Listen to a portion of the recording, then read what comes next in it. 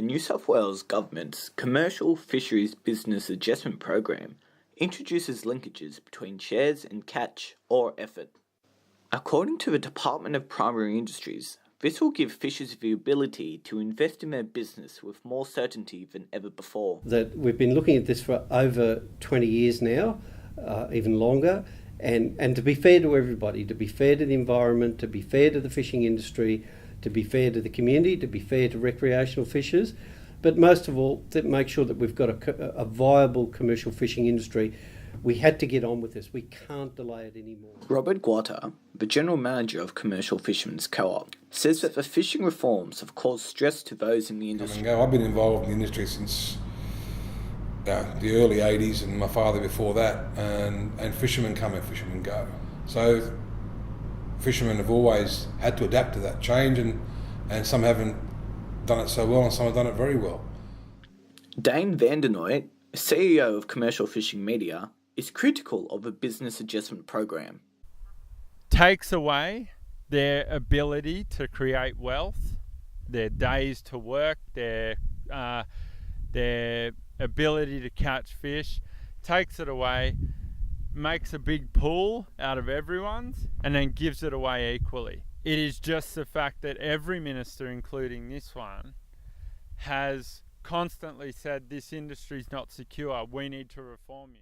But the worst thing we can do, I believe, is put these decision points off to future generations.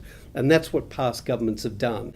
I think we as a government have looked at the facts, looked at the evidence and say, we need to get on with this. There's been a lot of pressure to stop this, to stall this, probably indefinitely, but I don't think that would have helped anybody. And there's the issue. You've come in and done exactly what every other minister's done. You need to stop. And we need to promote the industry. Certainly put a lot of stress on fishermen. Certainly hasn't been the outcome or the process that fishermen thought it was going to be. Ministers have said in the past that they would not make fishermen purchase more shares to do the same thing they're doing today. So fishermen said, well, okay, if I don't have to buy more shares to do what I'm doing today, but if I want to do more, I can buy more shares to do more. Well, that's a good thing. But it hasn't worked out that way. The $16 million was essentially to assist fishers to make business assessments, if you like. This is a business adjustment package, we've called it. And so we've given them some money to go away and get some advice about, can they sustain themselves in this business? If they feel they can, what level of investment they need to make, should they be buying shares? If so, how many shares? Linking again to a resource or an effort, but really making informed commercial financial decisions about what sort of future they've got.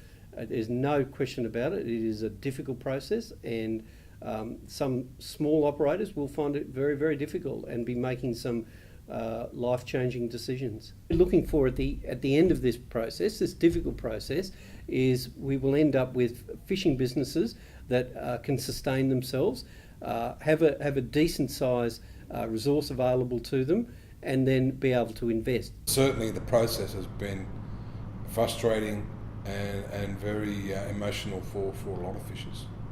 I would say there's not many in this industry who haven't suffered mentally.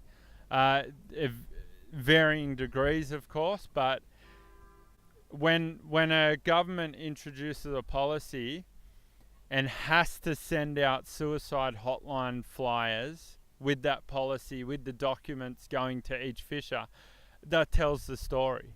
They know what they're doing to people's minds. They just don't care.